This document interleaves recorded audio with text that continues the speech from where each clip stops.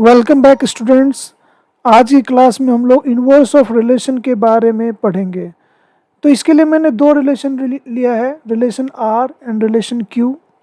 देख सकते हैं रिलेशन आर सेट ए से सेट बी के एलिमेंट्स को रिलेट कर रहा, जबकि रिलेशन क्यू सेट बी के एलिमेंट्स को सेट ए के एलिमेंट से रिलेट कर रहा। ओके, अब इसे अगर देखें तो दोनों में सिमिलरिटी है। जैसे रिलेशन आर में अगर ए वन को रिलेट कर रहा तो रिलेशन क्यू में वन ए को रिलेट कर रहा। सिमिलरली जब रिलेशन आर में क्या दिख रहा कि एलिमेंट बी थ्री से रिलेटेड है तो रिलेशन क्यू के लिए थ्री बी से रिलेटेड है।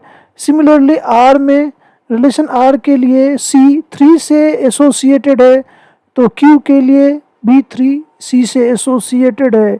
ओके, तो अगर मैं इन दोनों रिलेशन को सेट बिल्डर फॉर्म में लिखूँ, जैसे मैं रिलेशन आर को रोस्टर फॉर्म में लिखूँ तो रोस्टर फॉर्म में कैसा दिखेगा मुझे, A comma one, B comma three, C comma three. And relation Q को अगर मैं रोस्टर फॉर्म में लिखूँ तो ये दिख रहा one comma A, three comma B, three comma C. तो अगर इन दोनों को ऑब्जर्व किया जाए रिलेशन आर और रिलेशन क्यू को, तो ऐसा लग रहा है कि दोनों रिलेशन, अगर एक रिलेशन को दूसरे रिलेशन में कन्वर्ट करना है तो हर एक रिलेशन के ऑर्डर्ड पेयर के एलिमेंट को इंटरचेंज किया गया है। जैसे अगर मुझे मैं आर के जितने भी ऑर्डर्ड पेयर्स है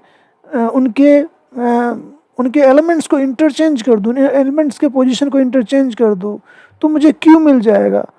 देख सकते जैसे आर का जो एलिमेंट है ए कॉमा वन, इसको अगर इंटरचेंज किया जाए, इसके ऑर्डर्ड पेयर के एलिमेंट्स के पोजीशन को इंटरचेंज किया जाए, जैसे ए सेकेंड पोजीशन पे चला जाए वन फर्स्ट पोजीशन पे तो वन कॉमा ए मिल रहा। सिमिलरली बी कॉमा थ्री के एलिमेंट्स को इंटरचेंज करेंगे तो थ्री कॉमा बी मिल रहा। अगेन सी कॉमा थ्री के एलिमेंट्स को के पोजीशन को इंटरचेंज करेंगे तो क्या मिल रहा, थ्री कॉमा सी। तो इस तरीके के जो रिलेशंस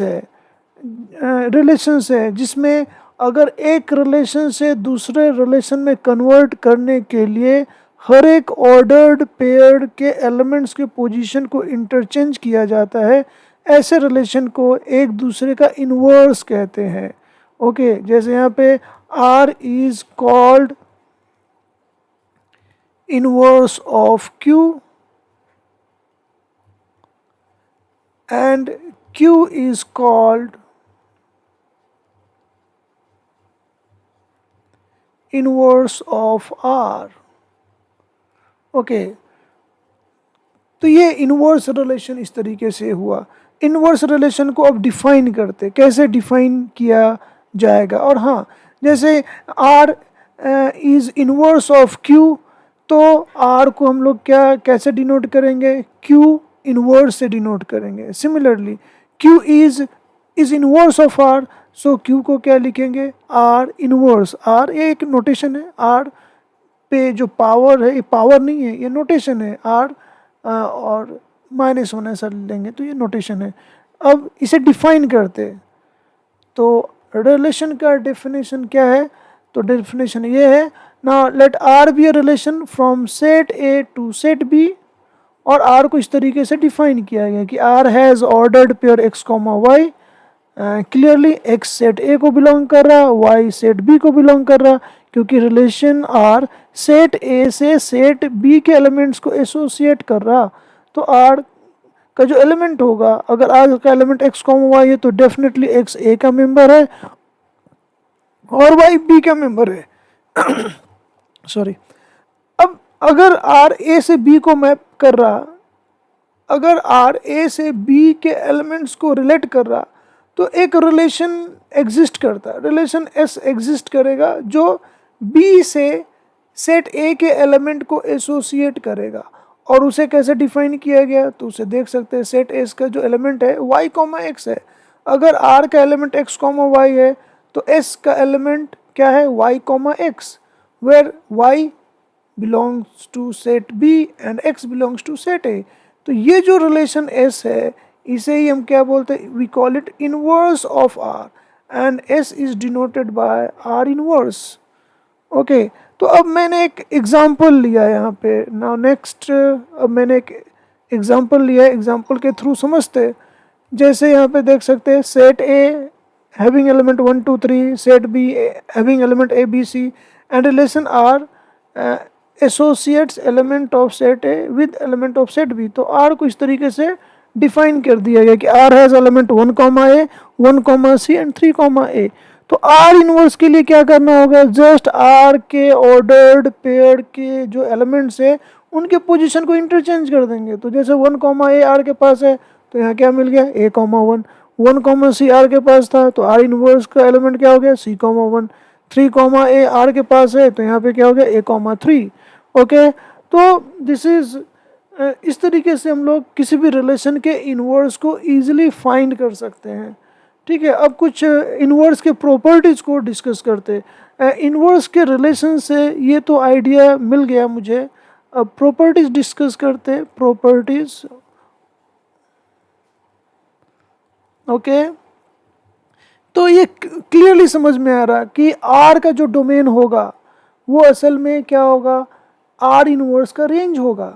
ओके, तो ये फर्स्ट प्रॉपर्टी है कि domain of R will be equal to range of R inverse. Similarly R का जो रेंज होगा वो आर इनवर्स का डोमेन होगा। और इसके बाद एक इम्पॉर्टेंट रिजल्ट है, third result, if relation R is symmetric, in that case R inverse R के इक्वल ही होता है।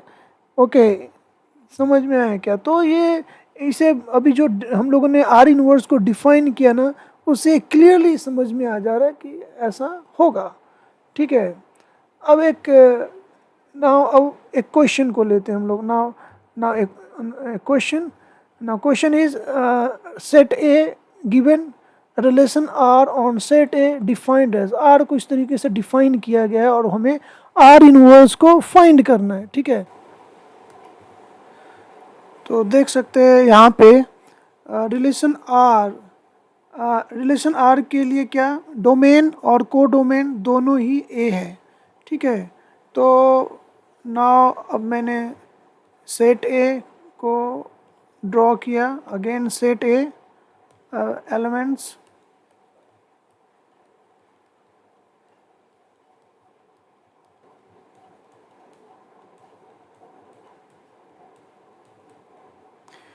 ओके, तो मैंने डोमेन और को डोमेन दोनों को ड्रॉ कर दिया है। अब वी नो दैट ये जो x कॉमा वाई है, तो x कॉमा वाई में x डोमेन का मेंबर होता और y को डोमेन का मेंबर होगा। तो अगर x y से रिलेटेड है तो रिलेशन क्या है, y is equal to 3x।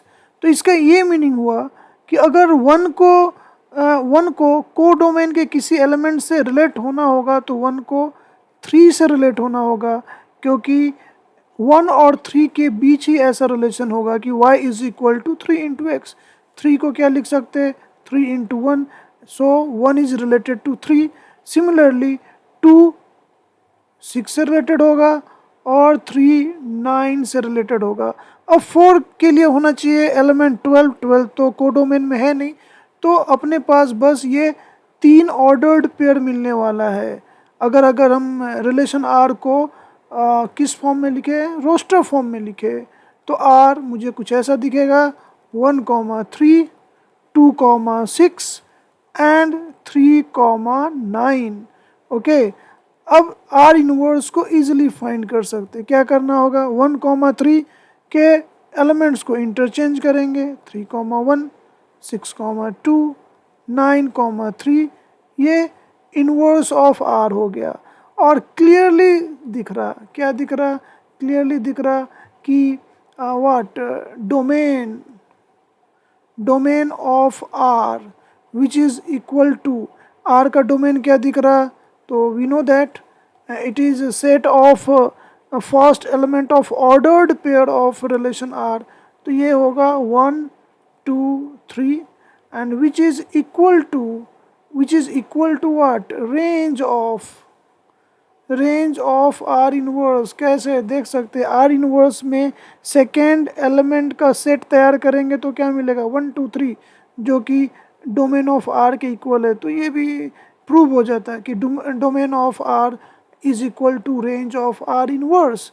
And similarly अगर मैं रेंज फाइंड करूँ आर के लिए, ओके, रेंज ऑफ आर के लिए मुझे क्या करना होगा, आर के हर एक ऑर्डर्ड पेयर के सेकेंड एलिमेंट का एक सेट तैयार करना होगा, ओके। और ये क्लियरली दिख रहा कि ये डोमेन है, किसका डोमेन है, तो it is domain of R inverse. Check कर सकते हैं जैसे आर इनवर्स का डोमेन क्या होगा, तो हर एक ऑर्डर्ड पेयर के फर्स्ट एलिमेंट को लेकर एक सेट तैयार किया जाए। तो ना ये भी प्रूव हो गया कि व्हाट, जो कि ऑलरेडी हम लोगों ने प्रॉपर्टीज में डिस्कस किया था कि domain of R is equal to range of R inverse and range of R is equal to domain of R inverse. तो this is all about inverse of relation. फिर other topic के साथ next drill को present होंगे। Thank you, bye. हमारे channel को like कीजिए, subscribe कीजिए और शेयर कीजिए। बेल आइकन को दबाना मत भूलिएगा ताकि आपको हमारे चैनल के नए वीडियोस के नोटिफिकेशन मिलते रहेंगे।